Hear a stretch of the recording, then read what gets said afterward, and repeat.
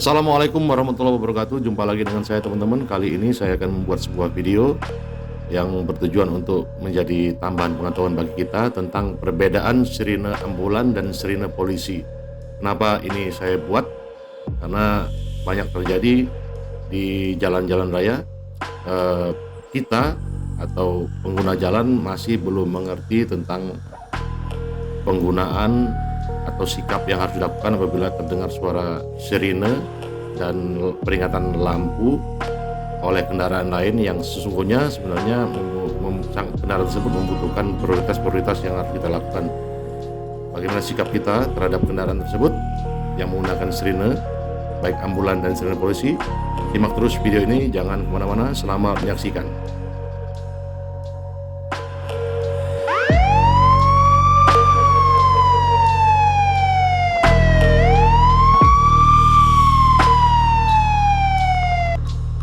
Teman-teman, meski sama-sama mengeluarkan bunyi, namun ternyata sirine pada kedua jenis kendaraan tersebut memiliki perbedaan. Perbedaan sirine ambulan dan sirine polisi memang sengaja dibuat agar kita, masyarakat, mengetahui jenis kendaraan apa yang sedang melintas. Mengapa sirine polisi dan sirine ambulan serta mobil lainnya itu berbeda? Hal tersebut dikarenakan karena kedua kendaraan tersebut sudah memiliki SOP sendiri. Meski terlihat sepele, namun hal tersebut tidak boleh dilalaikan agar masyarakat mengetahui dengan pasti apakah mobil polisi atau mobil ambulan atau mobil pemadam yang sedang melintas ketika mendengar suara sirine di jalan.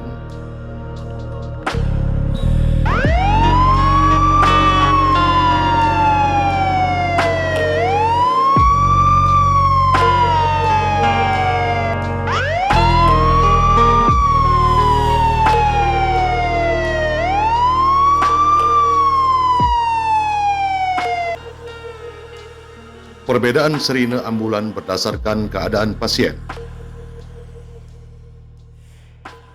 1. Sirine saat membawa pasien yang tidak kritis. Terdapat bermacam pasien yang menggunakan layanan mobil ambulan, dan salah satunya yaitu pasien yang tidak kritis. Ketika menjemput pasien dalam keadaan yang demikian, ambulan akan membunyikan sirine dengan frekuensi yang agak lambat secara berulang-ulang. Suara sirine inilah yang sering kita dengar ketika di jalan raya. Namun, kita juga tetap harus memberikan prioritas ketika ambulan membunyikan sirine yang pertama ini, meskipun pasien tidak dalam keadaan kritis sekalipun, namun tetap memerlukan penanganan dokter dengan segera. Jadi kita tetap harus memberikan prioritas dalam jalan raya. 2. Sirine saat akan membawa pasien. Mungkin saudara-saudara pernah melewati palang perlintasan kereta api. Nah, seperti itulah suara sirine ambulan saat akan membawa pasiennya. Sirine ini juga dibunyikan ketika ambulan melakukan perjalanan untuk mengangkut korban kecelakaan. Bunyinya terdengar lebih lambat dibandingkan dengan bunyi sirine ambulan yang lainnya.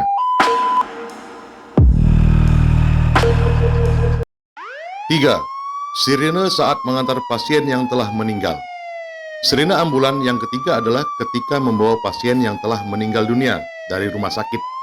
Biasanya akan dibawa ke rumah duka. Ambulan akan membunyikan sirine dengan irama yang panjang dan lama pengulangannya, agak mirip dengan sirine polisi.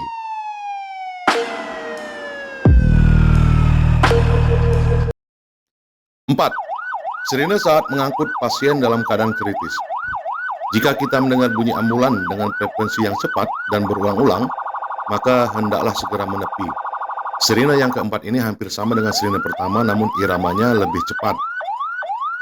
Hal ini menandakan jika di dalam mobil ambulan tersebut terdapat pasien yang sedang kritis dan segera membutuhkan penanganan dengan cepat. Selain irama yang cepat, ketika mengangkut pasien kritis, ambulan juga akan membunyikan sirine yang lebih nyaring. Dengan demikian, maka pengguna jalan lainnya akan lebih sigap ketika mobil ambulan ini melintas.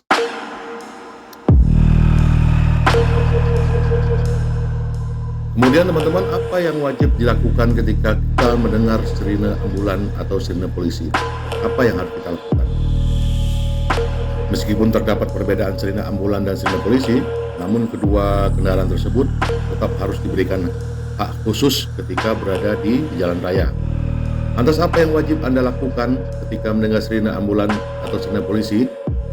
Untuk mendapatkan jawabannya, silakan simak ulasan berikut ini. Yang pertama yang harus kita lakukan adalah kita melihat ke arah spion untuk memastikan dari arah mana datangnya mobil ambulan atau mobil polisi tersebut. Kemudian kita gunakan lampu sen untuk memberikan petunjuk arah kemana kita akan menepi dan segera berikan jalan prioritas. Kemudian gunakan klakson atau lampu dim untuk menegur kendaraan di depan kita agar turut memberikan jalan. Bila diperlukan atau tidak memungkinkan untuk menepi, maka kita harus berhenti sejenak jika diperlukan. Aturan ini diberlakukan untuk saling menjaga keselamatan dalam berkendaraan.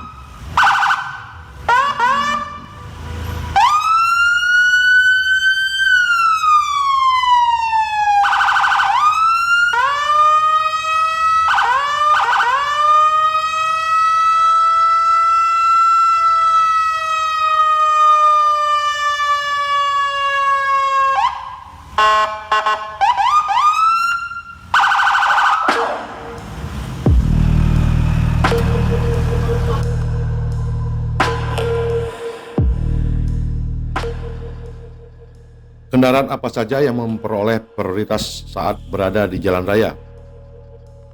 Teman-teman, jadi kendaraan apa saja yang harus kita prioritaskan?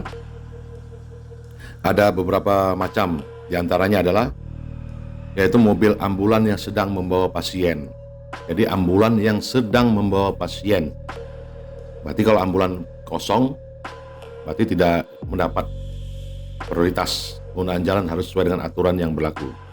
Kemudian kendaraan kepala negara asing, kemudian mobil pengiring jenazah, kemudian kendaraan lembaga internasional, kedutaan dan sebagai macam lainnya, kemudian mobil pemadam yang sedang menjalankan kewajibannya, kendaraan pejabat negara asing, mobil yang menolong korban kecelakaan, lalu kendaraan yang membawa kepala lembaga NKRI ini, kemudian kendaraan atau konvoi yang memiliki keperluan tertentu yang telah mendapatkan persetujuan dari petugas kepolisian Republik Indonesia. Karena banyak bunyi sirine yang dimiliki oleh kendaraan di Indonesia ini, seperti halnya perbedaan sirine ambulan dan sirine polisi yang mampu membantu kita untuk membedakan jenis kendaraan yang sedang melintas. Pada intinya, segeralah menepi ketika mendengar sirine dari kendaraan tersebut. Sebagai bukti jika kita adalah orang yang memiliki rasa empati, taat terhadap aturan, kemudian memiliki jiwa sosial yang tinggi. Ingat, jangan sekali-sekali kita tergolong orang-orang yang menari-nari di atas penderitaan orang lain. Contohnya bagaimana? Contohnya yaitu ketika ada ambulan melintas, karena ingin cepat kita ikut di belakangnya. Sementara sudah kita ketahui bahwa kendaraan ambulan tersebut mendapatkan prioritas biar cepat. Namun kita mendompleng di belakang ambulan tersebut, itu sama saja dengan kita menari-nari di atas penderitaan orang lain. Jangan sampai itu terjadi, teman-teman. Selain suara sirine, kita juga sering melihat lampu strobo, yaitu lampu kelap-kelip yang bermacam-macam warnanya, ada yang biru, ada yang kuning, ada yang merah.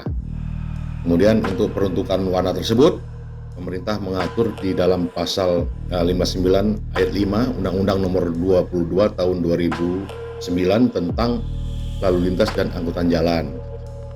Apa yang menjadi ketentuannya? Sebagai berikut. Yang pertama, lampu isyarat warna biru dan sirine itu digunakan untuk kendaraan petugas kepolisian negara Republik Indonesia yang sedang menjalankan tugas dan menggunakan kendaraan dinas. Artinya tidak ada kendaraan pribadi tidak bertugas tapi menggunakan strobo maupun sirine. Namun untuk warna biru hanya diperbolehkan untuk Kepolisian Negara Republik Indonesia. Artinya kalau ada lembaga lain yang menggunakan warna biru, artinya itu melanggar aturan. Jangan dipatuhi karena itu adalah pelanggaran aturan.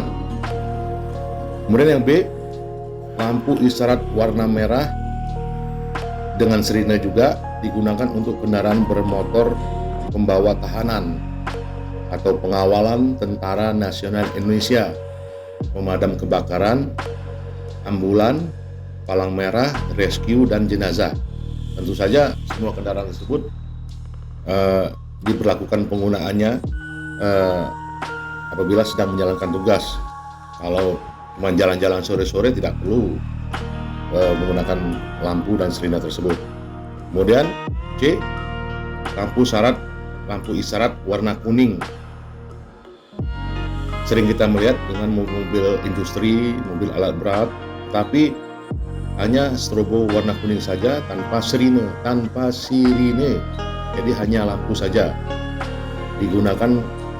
Siapa itu yang banyak menggunakan? Yaitu kendaraan patroli jalan tol, terus pengawasan sarana dan prasarana lalu lintas, angkutan jalan, kendaraan perawatan, kendaraan pembersihan fasilitas umum, kendaraan derek yang menderek kendaraan lain, atau angkutan proyek atau angkutan khusus. Jadi sampaikan juga karena banyak tindakan arogan yang dilakukan oleh pengguna jalan itu karena menggunakan strobo. Ya jadi kebut-kebutan, minta diprioritaskan, padahal tidak sesuai dengan undang-undang. Karena pelanggaran penggunaan lampu strobo ini bisa dipidana. Hal ini tertera pada pasal 287 ayat 4 Undang-Undang Nomor 22 Tahun 2009 tentang lalu lintas angkutan jalan. Baik teman-teman, demikianlah sedikit bagi-bagi ilmu tentang pengetahuan penggunaan sirine dan strobo. Semoga ada manfaatnya buat kita yang sedang di jalanan. Yang jelas saat bertemu dengan kendaraan yang menggunakan lampu strobo atau dengan sirine, kita harus memberikan prioritas jika memang sudah sesuai dengan aturan. Namun kalau hanya satu kendaraan dan terlihat terburu-buru, maka perhatikan lagi apakah memang boleh diprioritaskan.